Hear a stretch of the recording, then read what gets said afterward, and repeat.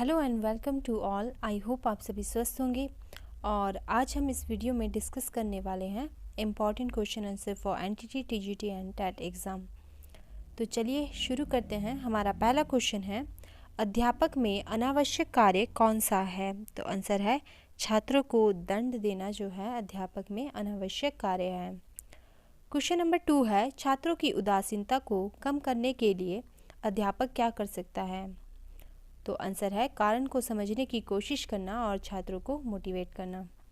Question number 3 है, सूक्ष्म शिक्षण छात्र छात्राओं के लिए किस अवधि में सबसे प्रभावशाली होता है? तो आंसर है अभ्यास के दौरान जो है सूक्ष्म शिक्षण छात्र छात्राओं के लिए बहुत ही प्रभावशाली होता है।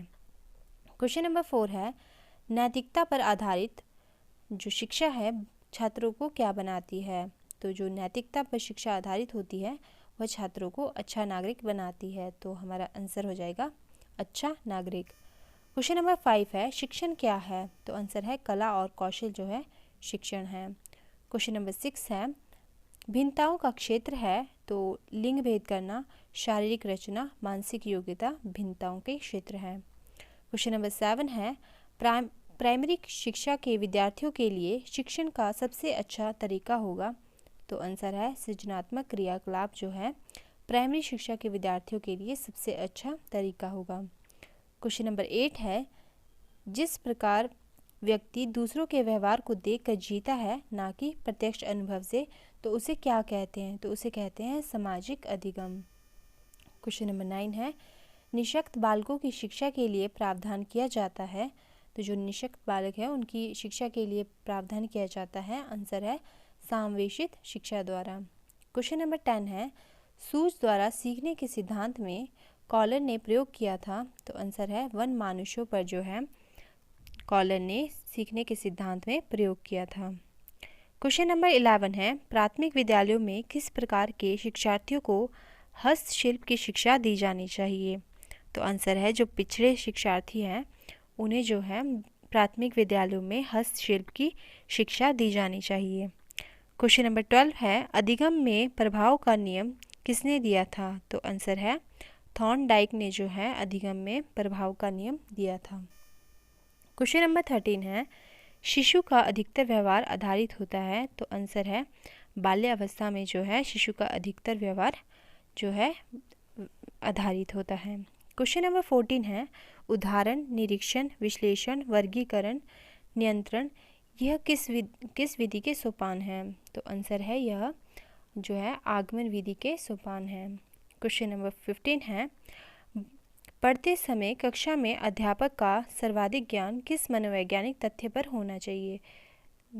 माफ़ कीजिएगा, पढ़ाते समय कक्षा में अध्यापक का सर्वाधिक ध्यान जो है किस मनोवैज्ञानिक तथ्य पर होना चाहिए? तो आंसर है व्यक्तिगत भिन्नता पर जो है अध्यापक का जो है सर्वाधिक ज्ञान मनोवैज्ञानिक तथ्य पर होना चाहिए कि जो कक्षा में बहुत सारे बच्चे होते हैं तो उन्हें कहते हैं बहुत विभिन्नता, बच्चों में अलग अलग सीखने की क्षमता पाई जाती है।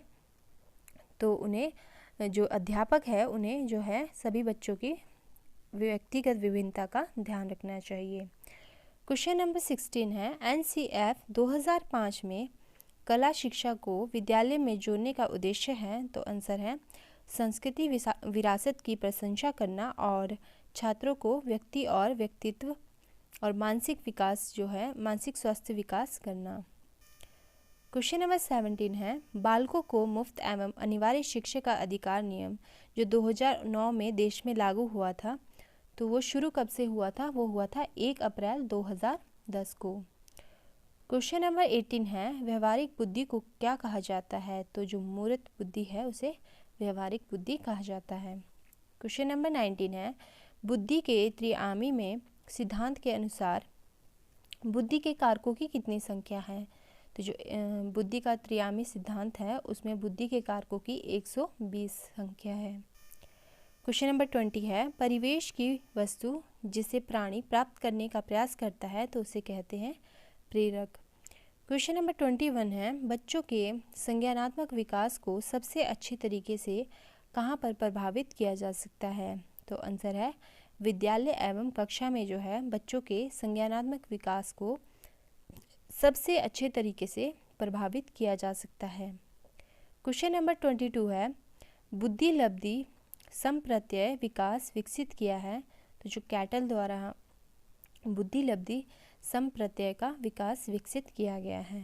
क्वेश्चन नंबर 23 है, प्रतिभावान बालकों की पहचान करने के लिए हमें सबसे अधिक महत्व देना चाहिए। तो आंसर है वस्तुनिष्ठ प्रशिक्षण पर जो है हमें अधिक महत्व देना चाहिए यदि हमें प्रतिभावान बालकों की पहचान करनी है।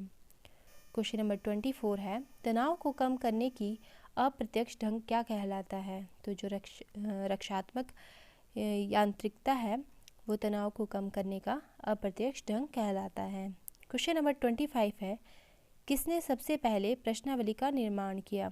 तो जो वुड्सवर्थ है उन्होंने सबसे पहले प्रश्नावली का निर्माण किया था।